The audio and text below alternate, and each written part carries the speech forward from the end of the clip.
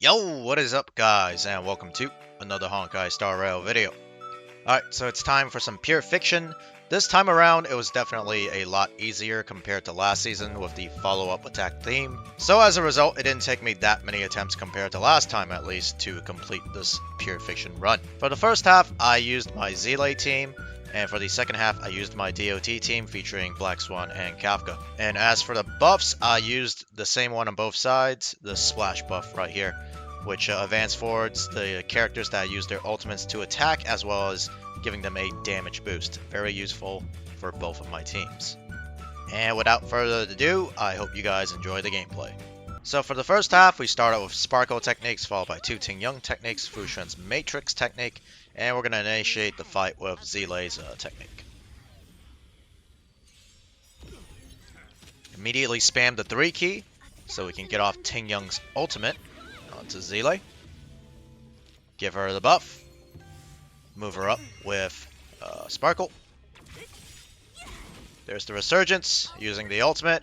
I've done this run quite a few times. I was actually trying to see the HP bar here of the Lieutenant, but I've done it so many times that I already know I can pretty much one-shot it with a Zelay ult as long as it crits. Sometimes I actually have to switch my gear around. I'll show you guys later when I go to the gear section for my Zelay, just because the first couple of runs I had so many inconsistent non-crit attacks that it actually screwed up my run quite a bit by not giving Zelay the very important Resurgence procs that she needed. Here's the ultimate. This one should also one-shot the Lieutenant, at least on the first wave. There you go. Here I'm trying to see which buffs I have on Zelay. Sometimes, right now I don't have Sparkle's crit damage buff, so I'm a little concerned, so I go for the slightly weaker mob instead of the Cannoneer right there, which has higher HP. Here, it doesn't really matter. I just hit one of the Cannoneers. We buff up Zelay as well as pop Sparkle's ultimate for some extra skill points and damage. And this should be the first wave. We're going to save the ultimate for the next wave. Fu Xuan pops the Matrix, or refreshes the Matrix. Uses her ultimate. Now we're going to use Tingy's skill, and then we're going to use Zelay's ultimate with the attack buff. Here I'm checking the buffs. I believe we still have Sparkle's, crit damage buff. So we attempt to kill the Trotter here, but we actually fall short by just a little bit, as you guys will see here. Anyways, there's Tingy's ultimate. Yeah, we were like we barely killed the Trotter, which is unfortunate. We didn't get the extra Resurgence proc we could have gotten if we had killed the Trotter.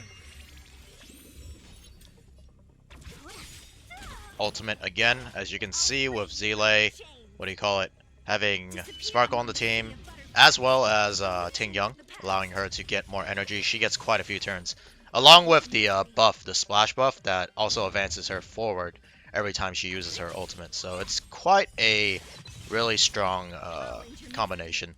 I did try out one of the other buffs. One of the other buffs is you can apply the Shattered buff on the enemy targets that you use your skill on at a percentage of 80%. I did try that one. That one works as well.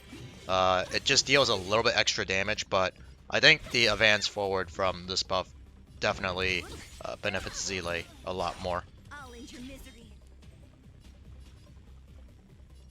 Here, you're trying to pick a target. The reason why I used my basic here is because I want to save some skill points. I know Sparkle's turn is coming up, and she needs to use a skill, so Zelay will get a turn regardless. And she also, got her ultimate just from the basic, so ended up not needing the skill. See, it's Zelay's turn again. So using that basic wasn't even that bad of an idea. Yeah, she gets a lot of advance forward in combination with her basic and the ultimate advance forward buff. The Trotter's trying to run away, but we're not going to let it. Zelay's going to basic here. I tried to get the ultimate off before we got our extra turn. Unfortunately, it didn't happen, so we're just going to basic again. I don't want to waste any skill points and overkill this Trotter, since we're going to have to use the ultimate to kill anyways. Alright, on to the last wave. These little... I don't know what they're called, but they've been around in the game since the very beginning of the game. These little flying dingleberries have very low HP, so we're going to be targeting them first. I might have made a mistake on this last wave by not using the ultimate on these Silver Mane guards.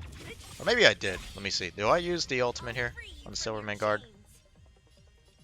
I think I do, but I'm not exactly sure if it was a better idea to use the ultimate on the Silverman guards or the flying dingleberries, because I guarantee can kill the flying little dingleberries with the ultimate. The only issue is I'm blowing a lot of damage, or potential damage, on weaker mobs. And these Silverman guards, although you don't have to kill them to get 30k, or actually, I think you have to kill at least one of them, but you're going to have to deal with them at some point. If you only kill the flying little dingleberries on the side, you're just going to end up spawning a bunch of Silverman guards, and Zealay won't be able to kill them instantly with any of her abilities or ultimate, allowing her not for enough resurgence procs to occur. So I figured that using an ultimate or two here, just to burst down the lieutenant a little bit, and allowing Zealay to eventually kill them with her ultimate. I think right here I get the kill, or very close to it. We do kill it, okay. Get the resurgence proc as well. Also, you guys might be noticing why I'm holding Fu Xuan's ultimate. It's because Japard's about to use his ability here in a couple of turns, where he gives his entire team a invulnerability shield for one instance. So we need that Fu Xuan ultimate to get rid of that shield. So that's what we're saving it here. Usually I would just use it right away, but you gotta play around that Japard mechanic. That mechanic actually completely counters Zealay's resurgence proc. So if you guys are running Fu Xuan or any character that has an AoE ultimate for the last wave on this wave, you probably want to save it. Unfortunately, I kind of wished... It's funny, if I had my Zealay's basic attack talent fully leveled, that would have killed right there. There's the ability that gives the entire team the shield. Fu Xuan uses her ult to get rid of it, and gets smacked in the face twice, apparently. Yeah, if I had my Zealay's basic attack leveled all the way, that would have gave her an extra resurgence. Actually, no, I don't think it would have, because that attack was a resurgence, but it would have killed the mob regardless. Had I, what do you call it? Had it fully maxed, but it's not that big of a deal. I'm not going to max her basic attack just so I could get a perfect score on Pure Fiction or something. That just sounds ridiculous. Gonna push Zealay up one last time before the cycle is about to end, and use Sparkle's ultimate here. Here's a bit of an unfortunate situation. I don't deal quite enough damage here. If I got enough damage here on the ultimate to kill the Silverman guard, we probably wouldn't have full cleared it, but we would have scored a lot higher. So I'm just sitting here like, damn, we're so close. I think if she maybe she missed a crit on the skill or something, or maybe on like the last couple of hits. I think Zealay's skill does the most damage on the last couple of hits. Maybe she missed her crit. As you can see, the crit rate she has is 86, so it's pretty consistent. Just a little bit unlucky there. I decided to buffer, but then I used the Tingy ultimate on Fu Xuan because no one else is going to have enough energy. Fu Xuan still has a turn here, so she can just go bop for a little extra damage, and then use the ultimate also for a little extra damage, and a few more points, I guess.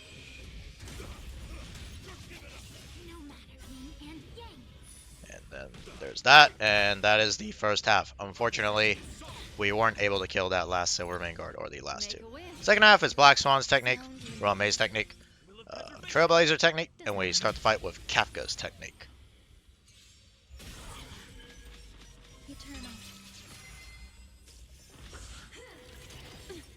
Just in time.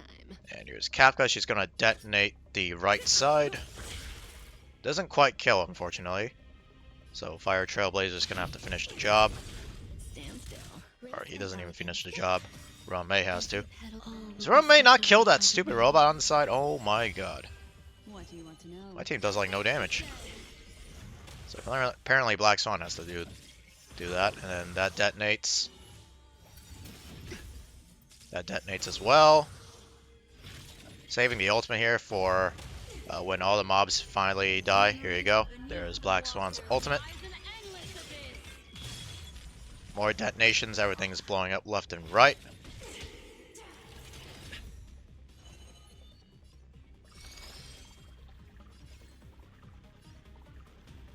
Here I'm trying to decide who to skill on. Alright, there's more detonations. We're waiting for them to all die so then Kafka can ult. Time to say bye. Boom. Okay, and then Kafka is gonna use her skill. I was contemplating, should I use a basic, but I'm like, nah, it's more energy regeneration if I use a skill, even if it costs a skill point. Doesn't really matter which target I pick here, honestly, but I go for the doggo. Follow up by the Trailblazer's ultimate. There's more to life.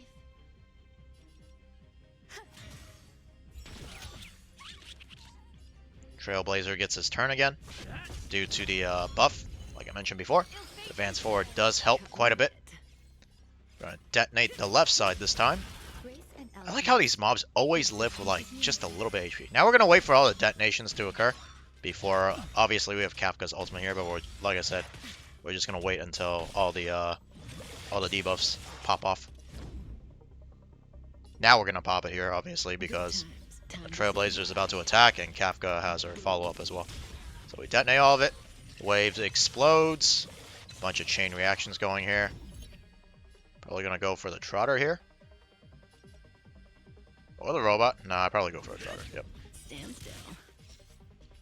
Detonate the middle mob and kill off the two on the side, or at least one of them. Destiny is apparent. Here I make, what do you call it? Oh no, it's not right here, but I use the skill and then immediately go into the Black Swan ultimate. I make a mistake later on in the fight. You guys will see when I mention it. It might actually be coming up right here. Alright, here's all the detonations. Everything's dying. I don't think we have to use, it's like, yeah, they're just all gonna die to DOT and detonations. Unfortunately, it does take up a cycle. Here is where I make the mistake. I use Black Swan's skill, and now Kafka doesn't have enough skill points to use her skill. Probably should have just basic attacked with Black Swan on one of the mobs, and then saved Kafka's skill. But luckily, we have her ultimate, even with the basic attack, and we just go ahead and pop it right there to kill off some of the first wave. Yeah, a little bit of a minor mistake that probably would have cost me a few points here and there. Stand still.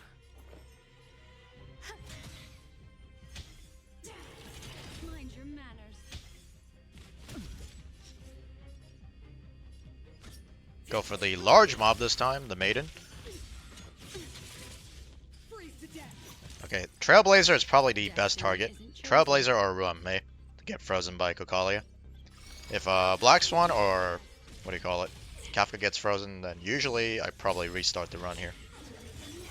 Luckily she didn't get imprisoned there either. Luckily for Kafka, that is. Here I'm probably not going to use the skill. I feel like at this point it's better just to save it for both Black Swan and Kafka. Speaking of Black Swan, there's her ultimate. So we're just going to basic attack here. Yep.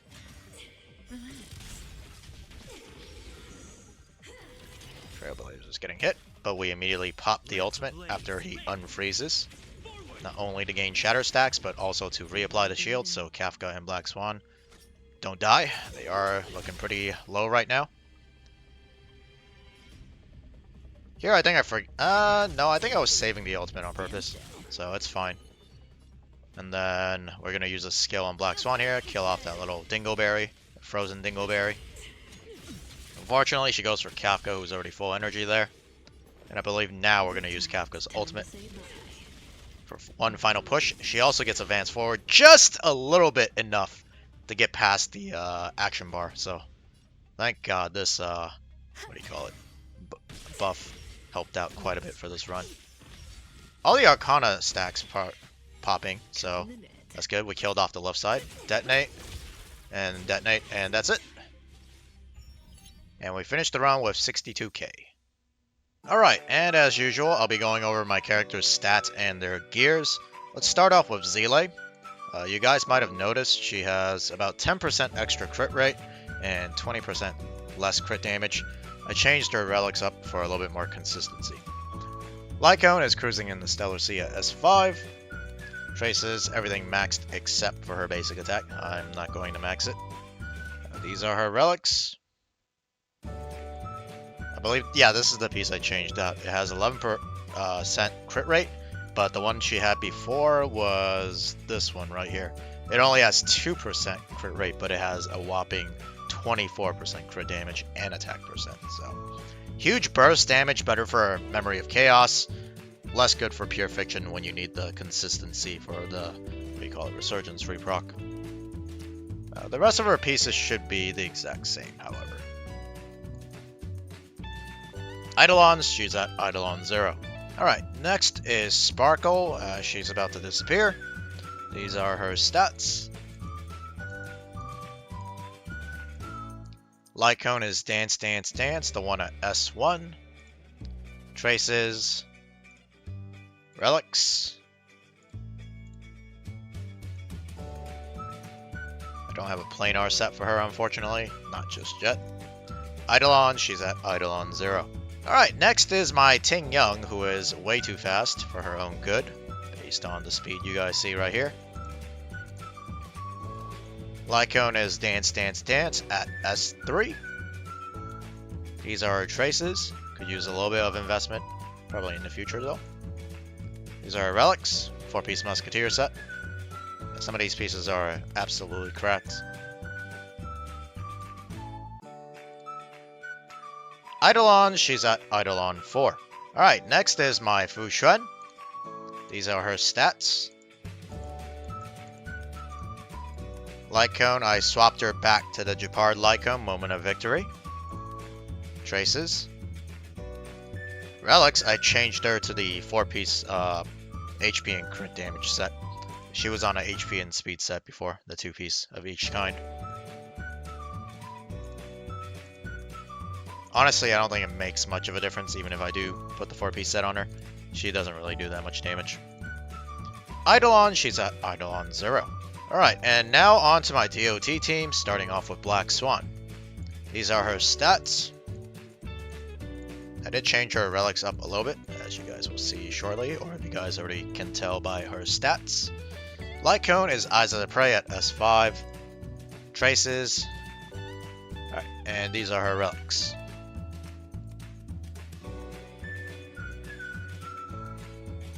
And this is where I changed it. I gave her an energy regeneration rate rope instead of an attack percent rope. And this is actually hilarious because this energy regeneration rope has basically the perfect substats for Black Swan, even though she wants attack percent for Memory of Chaos or other content. But for pure fiction, energy regeneration rate sometimes can win out.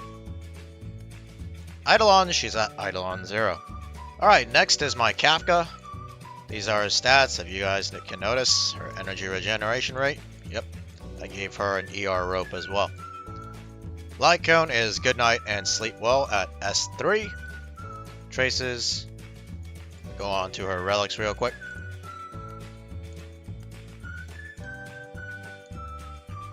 Yeah, as you can see, energy regeneration rate. This one's not as cracked as the one Black Swan has, but it's okay. She still did her job. Eidolon, she's at Eidolon 0. Okay, next is Ruan May. These are her stats, missing a little break effect as usual. I might actually swap her over to the new 4-piece break effects set, as long as I find another character that can run the speed set in place of her. Lycone is Memories of the Past at S1. These are her traces. Relics.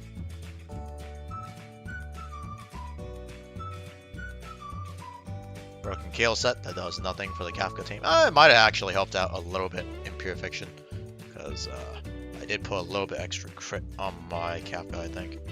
Anyways, Eidolon, she's at Eidolon 0. Alright, and last but not least, definitely not least, is the Fire Trailblazer, keeping my team alive. If I didn't have him, the runs would have been definitely more unstable. So these are his stats. Lycone is Day 1 of my new life at Superimposition level 3. Traces are fairly underinvested, but it's fine for now. These are his relics. He's running a 2-piece defense set and a 2-piece speed set because I need him to be fairly fast. I tried to make him faster than Kafka, but that's near impossible. His base speed is just too damn low for him to be keeping up with my Kafka, who has cracked relics in terms of speed substats. Eidolon, he's at Eidolon 6. You get these for free, so yeah, everyone should have him at E6. Alright guys, well that's going to be it for this Honkai Star Rail video. If you guys enjoyed the video, please make sure to leave a like and subscribe. And I'll see you guys in my next Honkai Star Rail video. Peace. Good times never last. Time to say bye.